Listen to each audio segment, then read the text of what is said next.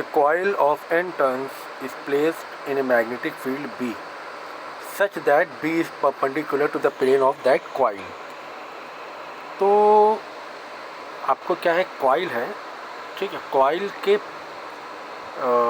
Magnetic field जो है coil के प्लेन से परपेंडिकुलर है. ये कॉइल है, इसके प्लेन से परपेंडिकुलर है, मतलब ऊपर की तरफ. अब ऐसा थिंक करो ज़रा आप, you have to visualise it that you have a bangle with you, और उसके बैंगल को ऐसे ज़मीन में रखो, ज़मीन में बैंगल रखा और अपनी एक फिंगर पॉइंट आउट करो सेंटर में, बैंगल के सेंटर में, ठीक है ना. तो कैसे आपकी जो फिंगर होगा it will be standing position ना. तो इस तरीके से मैग्नेटिक फील्ड है. तो मैग्नेटिक फील्ड का एरिया वेक्टर से जब तुम ये लोगे एंगल, तो अगेन जो एरिया जो होता है, एरिया वेक्टर जो प्लेन एरिया होता है उसके परपेंडिकुलर वेक्टर से एंगल देखा जाता है ना. तो एक और स्टैंडिंग लाइन हो गई, समझो. You have to standing line like this perpendicular, it means it has zero angle between these two lines. तो जब आप समझ गया ना, तो ये मैंने पोजीशनिंग बता दिया.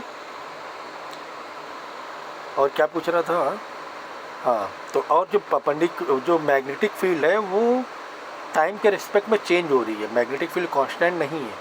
टाइम के रिस्पेक्ट में मैग्नेटिक फील्ड की वैल्यू दी है B naught cos 2π/t dot t, where t is time period.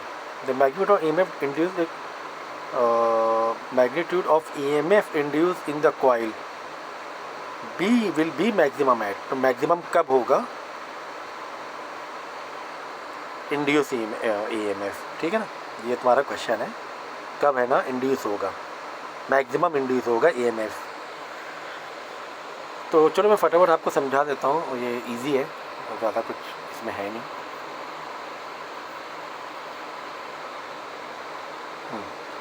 तो मैग्नेटिक फ्लक्स का पहले फॉर्मूला आपने लिखा NBA cos थीटा, ठीक है, क्योंकि cos थीटा 0 डिग्री हो रहा है, मैंने बता दिया क्यों. तो इसके वैल्यू 1 हो जाएगी, तो NAB आंसर आ जाएगा. पहली बात तो ये होगा. Second, you have value given for magnetic field, it is B cos theta 2π/t dot T. तो ये जो B है ना, B यहाँ पे पूरी B की वैल्यू डाल देंगे. तो फ्लक्स का जो फाइनल तुम्हारा जो एक्सप्रेशन बन जाएगा तो ये बन जाएगा मैग्नेटिक फ्लक्स का ये पूरा एक्सप्रेशन बन गया. B की जगह हमने वैल्यू को सब्स्टिट्यूट कर दी है. अब चूँकि EMF के लिए फॉर्मूला हमारा क्या होता है टाइम के रिस्पेक्ट में, d flux/dt.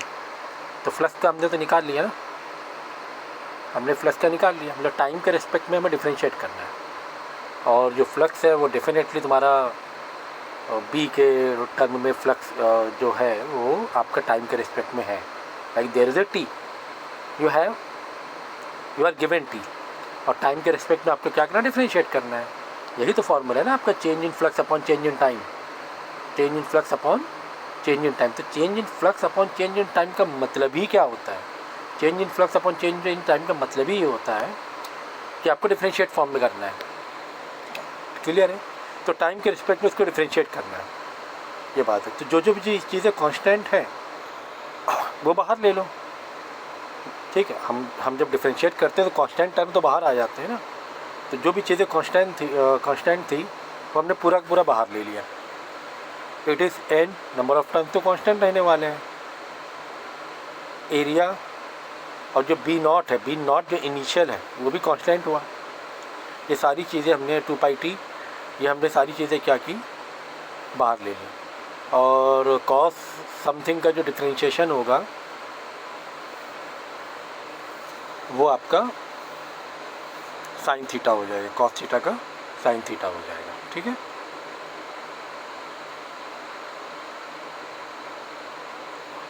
तो एक चीज़ का यहाँ ध्यान रखना, डिफ्रेंशिएशन का तुम्हें हो सकता है कन्फ्यूज़न हो जाए.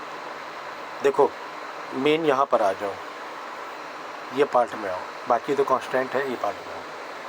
हम लोग जब डिफ्रेंशिएट करते हैं तो डिफ्रेंशिएट कैसे करते हैं, कोई भी टर्म को डिफ्रेंशिएट कैसे करते हैं. जैसे कॉस समथिंग है तो कॉस समथिंग का डिफ्रेंशिएशन करेंगे. तो कॉस समथिंग का डिफ्रेंशिएशन मैंने जिस तरीके से आपको सिखाया है डिफ्रेंशिएशन पूरे उसमें, उस तरीके से मैं बता रहा हूँ, ठीक है। जो मैंने सिखाया वो बच्चे ज़्यादा अच्छे समझेंगे। तो मैंने क्या किया, कॉस समथिंग का डिफ्रेंशिएशन मैंने क्या किया, साइन समथिंग। ओके सर, ये साइन समथिंग हो गया। फिर मैं जाऊँगा साइन समथिंग के पास। जब मैं साइन समथिंग के पास जाऊँगा तो समथिंग का डिफ्रेंशिएशन करूँगा। एग्ज़ाम्पल के तौर पे क्या ये टर्म आप अगर ऐसे लिखो, समझो मैंने लिख दिया 2x करके, ठीक है। तो ये x है वो समझो t है, क्योंकि t के रिस्पेक्ट में डिफ्रेंशिएट हो रहा है। उधर ऊपर वाले में x के रिस्पेक्ट में समझ रहा हूँ। अगर ये 2x होता cos 2x तो कैसे डिफ्रेंशिएट करते हैं? आप ऐसे करते ना, cos समथिंग का differentiation sine something. Okay sir, फिर मैं समथिंग डॉट लगा के, ऐसे डॉट लगाया मैंने, फिर मैं समथिंग, यानी समथिंग में कौन बचा, cos के बाद 2x बचा। मैं 2x के पास जाऊँगा तो 2 ही तो आएगा, 2x का डिफ्रेंशिएशन 2 ही तो आएगा। बाद में मैं x के पास जाऊँगा, x का डिफ्रेंशिएशन 1 हो जाएगा। तो आपको लिखने की ज़रूरत नहीं, साइन 2x डॉट 2 आ गया। एग्जैक्टली सेम चीज़ हमने यहाँ पे की हुई है। कॉस समथिंग का मैंने साइन समथिंग लिखा, फिर मैं समथिंग 2πt के पास, 2πt/t के पास गया।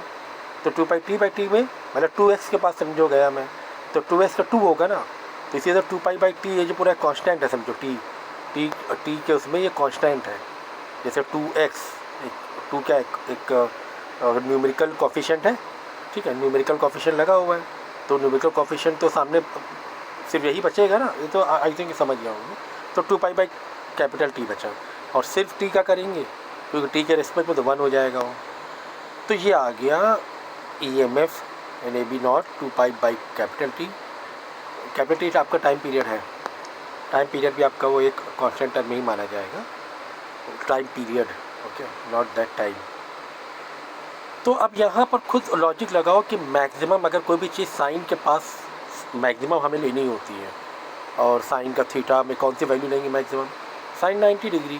तो इसका मतलब इसको हम 90 डिग्री कर देंगे, दिस वैल्यू बिकम 90 डिग्री, है ना, मतलब 1 के बराबर हुआ ना वो। ये किसके बराबर हुआ, this is something playing role of 90 degree. कोई साइन 90 डिग्री तो 1 होता है, मैक्सिमम तभी तो होता है ना। तो ये एक 90 डिग्री का समझो रोल प्ले कर रहा है। तो ये जो 1 है ना, 1, this is what, this is nothing but π/2, this is nothing but, हमने इसको 90 डिग्री समझा एक तरीके से, ठीक है। तो यानी ये जो वैल्यू है 90 डिग्री के बराबर है, तो उनसे sine 2π/t dot t is equal to 90 degree. 90 degree में π/2 के टर्म में लिख दिया।